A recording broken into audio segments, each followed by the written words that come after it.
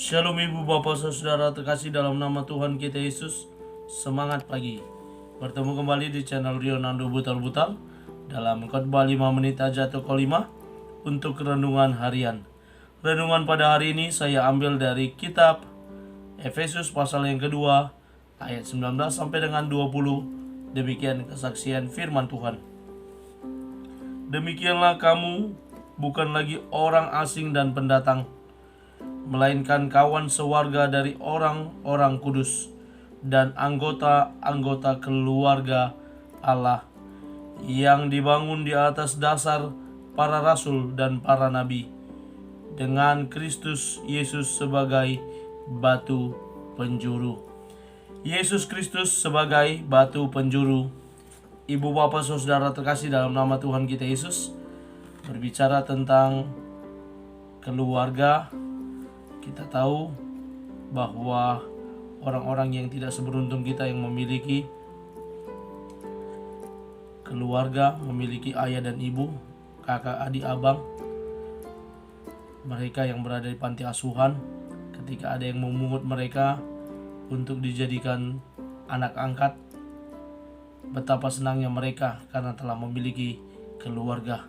Karena apa? Selama ini mereka tidak memiliki orang yang dapat memperhatikan mereka, tidak memiliki orang yang dapat dijadikan sandaran, yang dapat dijadikan tumpuan untuk mereka mengadu.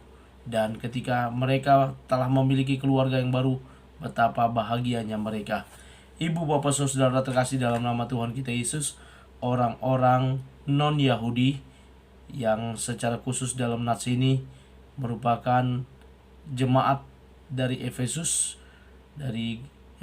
di mana mereka tidak seperti orang-orang Yahudi yang memang terpilih dari bangsa Israel, bangsa pilihan Allah, dan mereka saat ini menjadi bagian dari orang-orang yang dipanggil, di mana pelayanan dari para rasul, para nabi yang menjadikan Yesus sebagai batu penjuru. Mereka memanggil orang-orang di luar dari Yahudi untuk menjadi percaya. Itulah yang dikatakan Paulus dalam natsnya ini, bahwa dia Paulus bersama para nabi yang lain, bersama para rasul yang lain, memanggil orang-orang di luar Yahudi untuk dipanggil bersatu di dalam Kristus yang telah menjadi batu penjurunya. Dikatakan dalam nats ini, demikianlah kamu bukan lagi orang asing, bahwa orang-orang tersebut yang telah menjadi Kristen bukan lagi orang-orang asing. Tidak ada lagi pemisahan antara orang Yahudi dan orang non-Yahudi. Di nats yang lain, di dalam kitab yang lain, tidak ada lagi, secara khusus kitab Roma yang berbicara, tidak ada lagi istilah Yahudi, Yunani atau bangsa-bangsa di luar itu, tetapi semua yang beriman kepada Yesus Kristus sudah disatukan di dalam anggota keluarga Allah. Karena apa? Batu penjuru yang sama yang menjadi penentunya, yakni Yesus Kristus. Yesus Kristus yang berkata, "Akulah jalan dan kebenaran dan hidup, tidak seorang pun sampai kepada Bapa kalau tidak melalui aku."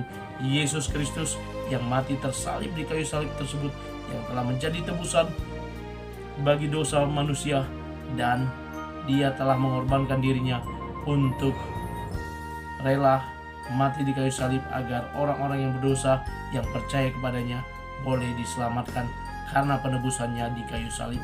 Dan apa yang dilakukan oleh Yesus yang adalah batu penjuru itu menjadikan orang-orang yang dulunya pendatang dan orang asing disatukan bersama dengan kawan sewarga dari orang-orang kudus dan anggota-anggota keluarga Allah, disatukan dalam satu persekutuan, yakni gereja. Ketika sudah disatukan dalam persekutuan gereja, betapa indahnya kita hidup berdamai, bersekutu di gereja, berdampingan satu sama yang lain dalam memuji memuliakan nama Tuhan, dalam mendengarkan kebenaran firman Tuhan. Sehingga jauhlah gereja yang berpecah, gereja yang berselisih paham, gereja yang memiliki kelompok-kelompok kelompok ini, tetapi semua boleh dijadikan satu karena sekarang kita adalah anggota keluarga Allah. Kiranya firman Tuhan buat kita pada pagi hari ini boleh mengingatkan kita fokus gereja untuk memuji memuliakan nama Dia. Terima kasih, selamat beraktivitas, Tuhan Yesus memberkati. Shalom.